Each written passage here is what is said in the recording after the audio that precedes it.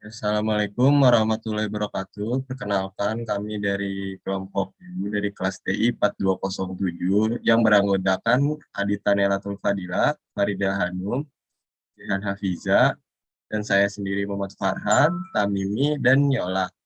Kami mempunyai bisnis plan dan akan mempresentasikan bisnis plan kami yang bernama Graveyard. Yang pertama itu ada bab 1 pendahuluan. Jadi latar belakangnya adalah di Indonesia tanah mempunyai nilai ekonomis yang cukup tinggi.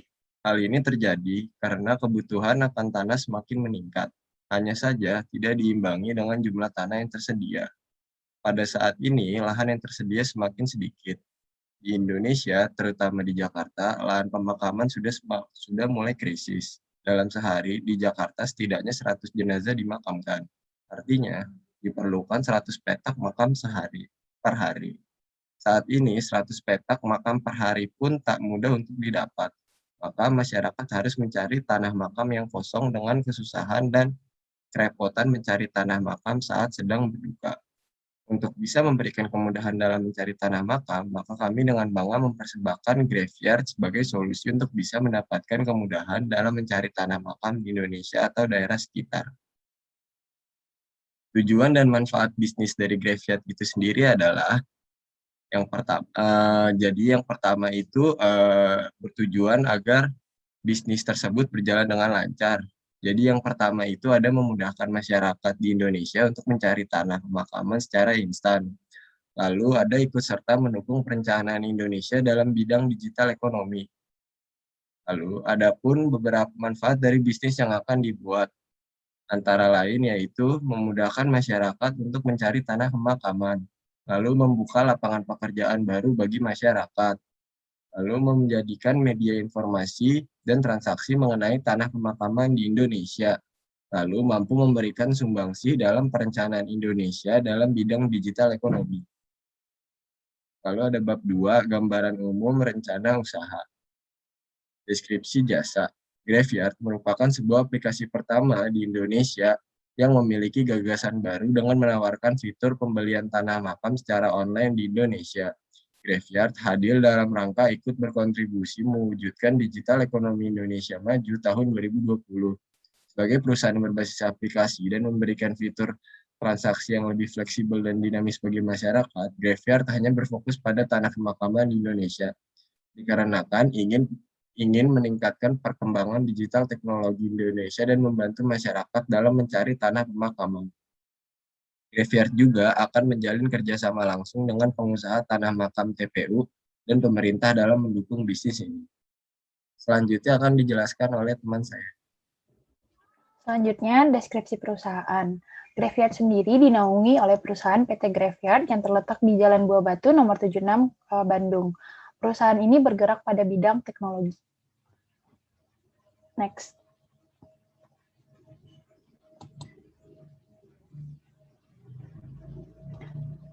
Selanjutnya, visi misi Graveyard. Visi menjadikan Graveyard sebagai aplikasi bagi kemajuan sektor digital ekonomi yang terdepan, berkelanjutan, dan berdaya saing global. Misi Graveyard melakukan koordinasi secara baik dengan TPS dan pemerintah, melakukan pengembangan fitur secara berkala agar dapat mempertahankan maupun menambah customer. Yang ketiga, selalu berusaha meningkatkan pelayanan terhadap masyarakat melalui fitur yang tersedia. Yang keempat, selalu meningkatkan keamanan dari aplikasi Graveyard serta melakukan sertifikasi ISO untuk bisa menambah kepercayaan customer. Selanjutnya ada analisis SWOT. Yang pertama strength. Yang pertama yaitu memberikan kemudahan bagi masyarakat yang ingin membeli tanah makam. Yang kedua menawarkan fitur jual beli yang dapat memudahkan customer dalam bertransaksi. Yang ketiga menghubungkan customer dengan pengusaha makam. Yang keempat memudahkan para pengurus makam di Indonesia untuk bisa menyebarkan informasi mengenai tanah makam yang tersedia. Yang kelima memunculkan lapangan pekerjaan baru bagi masyarakat, dan yang keenam menyajikan informasi terupdate mengenai tanah makam. Selanjutnya ada kelemahan dari aplikasi PT Graveyard. Yang pertama dari aplikasi graveyard. Yang pertama, membutuhkan sosialisasi bagi masyarakat untuk bisa memanfaatkan teknologi. Yang kedua, tidak bisa dijalankan pada daerah yang tidak terhubung dengan internet. Dan yang terakhir, sulit meningkatkan kesadaran masyarakat akan pentingnya teknologi. Next. Selanjutnya ada opportunity. Yang pertama itu meningkatkan penggunaan dan pemanfaatan digital ekonomi di Indonesia. Yang kedua, mempermudah transaksi tanah makam di Indonesia. Dan yang ketiga, mempermudah masyarakat mencari tanah makam yang kosong di Indonesia atau daerah sekitarnya. Dan yang terakhir ada ancaman dari aplikasi graveyard. Yang pertama itu munculnya aplikasi sejenis yang bergerak pada sektor yang sama. Dan yang kedua, gangguan dari masyarakat yang menolak perubahan. Selanjutnya akan dijelaskan oleh rekan saya. Selanjutnya yaitu bab 3 mengenai metode pelaksanaan. Aspek mekanisme jasa, perspektif customer. Bagi customer yang menggunakan fitur-fitur yang dimiliki oleh Graveyard, mereka dapat memasang aplikasi Graveyard dengan cara mendownload di Play Store maupun di App Store. Selanjutnya, mereka harus melakukan sign up terlebih dahulu untuk mengisi data diri, dan jika sudah terdaftar, customer dapat login di aplikasi Graveyard, kemudian menikmati fitur-fitur yang berada di Graveyard, dan mereka dapat melakukan transaksi dengan fleksibel dan dinamis. Selanjutnya, perspektif partnership. Agar dapat mencapai mimpi dari perusahaan, tentunya dibutuhkan mitra bisnis. Untuk bisa mendapatkan suatu sistem yang maksimal, perusahaan membutuhkan beberapa hal bagi partner bisnis perusahaan. Partner bisnis kami diantaranya yaitu pengusaha TPU dan pemerintah. Kemudian untuk partner bisnis dapat melakukan sign up dengan mengisi data diri untuk bisa terdaftar di aplikasi Graveyard. Selanjutnya dapat mengisi data-data tanah, makam seperti lokasi, kondisi tanah, dan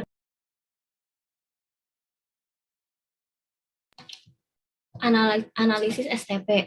Satu, segmenting. Pasar yang dituju oleh Graveyard ini adalah masyarakat dan pemilik usaha TPU yang kalangannya mulai dari anak-anak yang sudah mengerti perihal penggunaan smartphone hingga lanjut usia baik perempuan maupun laki-laki. A. Geografis. Kawasan Jawa Barat yang memiliki tanah yang luas sehingga dapat digunakan sebagai tanah pemakaman dan memudahkan kami untuk mendapatkan partner untuk usaha ini. Lalu untuk demografisnya yaitu meningkatnya sebuah kematian penduduk di Indonesia, maka banyaknya masyarakat yang menggunakan graveyard. Selanjutnya targeting. Graveyard mempunyai target pasar yaitu masyarakat di Indonesia dan pemilik usaha TPU. Yang ketiga, positioning. Graveyard memposisikan diri sebagai perusahaan yang bergerak di dalam bidang jasa pemakaman yang berbasis teknologi digital. Dengan pemanfaatan teknologi digital, perusahaan kami berharap dapat berkontribusi besar dalam pengembangan Indonesia dalam bidang digital ekonomi. Rencana pengembangan bisnis. 1. Pengembangan usaha. Kami akan bekerja sama dengan pemilik usaha TPU terkait untuk pengembangan bisnis ini dalam melakukan market research pada siapa saja yang berpotensi untuk dikembangkan. 2. Pengembangan sistem atau aplikasi. Kami menerjunkan tim untuk melakukan pencarian pemilik usaha mana yang tertarik pada pengembangan aplikasi Graveyard ini. Dengan adanya hal tersebut, kami bisa memulai melakukan edukasi dan training pengenalan aplikasi atau bisnis yang kami tawarkan. Selanjutnya merupakan bab 4, yaitu rencana usaha.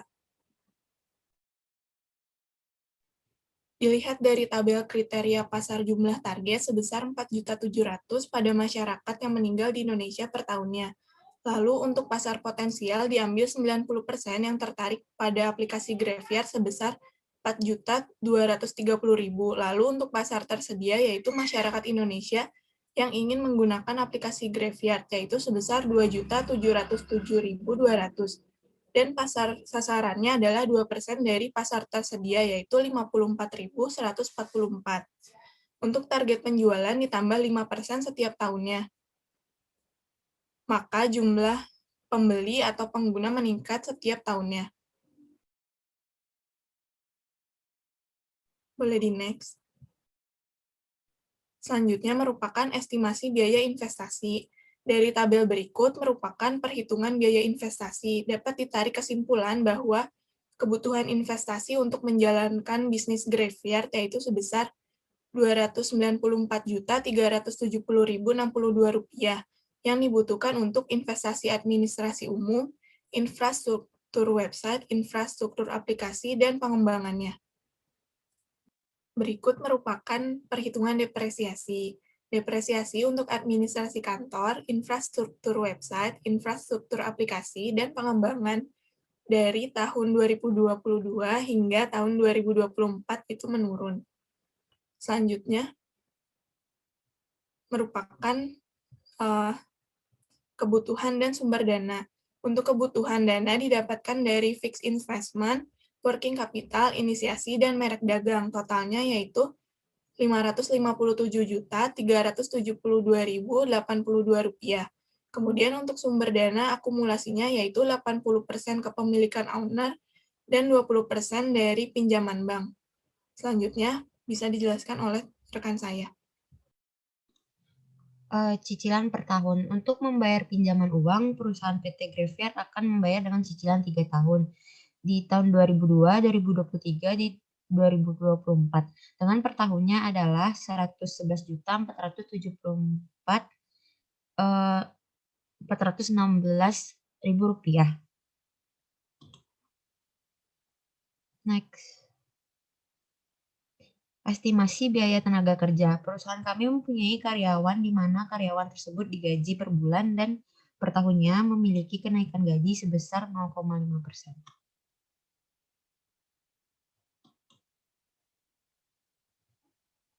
Total biaya operasional.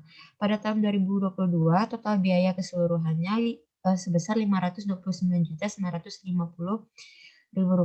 Pada tahun 2023, total biaya keseluruhannya sebesar Rp526.067.000. Dan pada tahun 2024, total biaya keseluruhannya Rp522.208.000.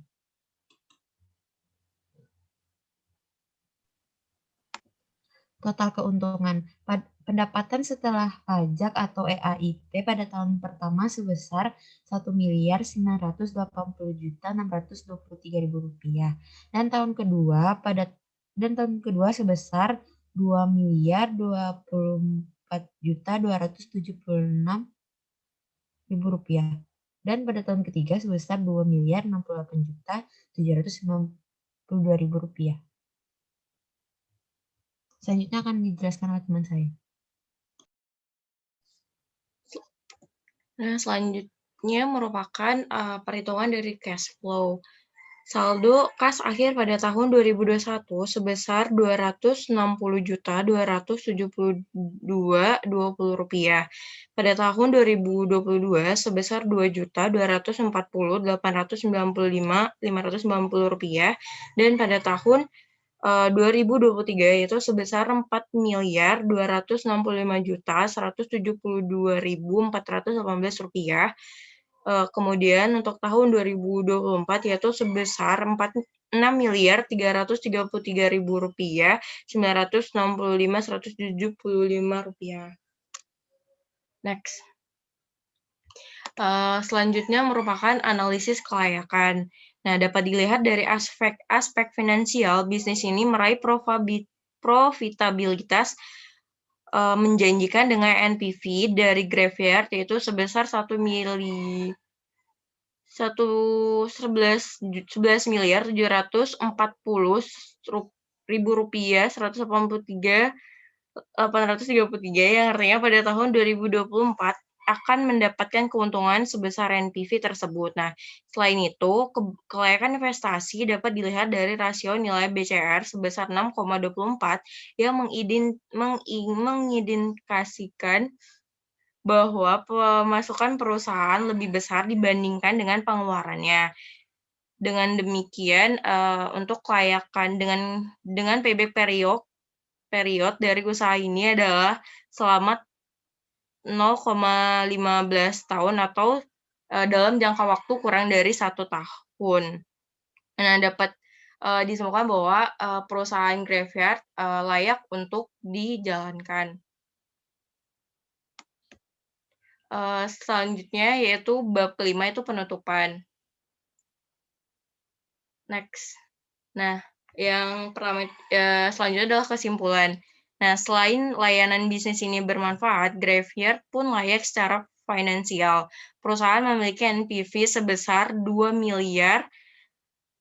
$2.961.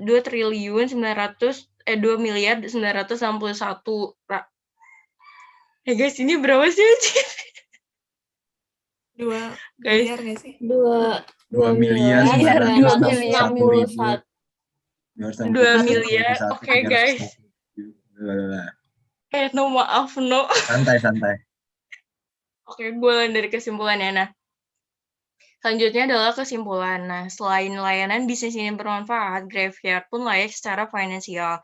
Perusahaan ini memiliki NPV yaitu sebesar 2.961.327.421 rupiah. Sehingga investasi ini sangat menjanjikan. Profitability Index menunjukkan bahwa proyek ini layak dijalankan dengan nilai payback period dari usaha ini adalah selama 0,137 atau dalam jangka waktu 1 bulan, di mana asumsi yang dilakukan adalah penjualan bersih 100%. Nah, kesimpulannya, dari keseluruhan tools analisis finansial tersebut menyatakan bahwa Graveyard merupakan bisnis yang paling profitable dan layak untuk dijalankan. Sekian dari kelompok kami. Assalamualaikum warahmatullahi wabarakatuh.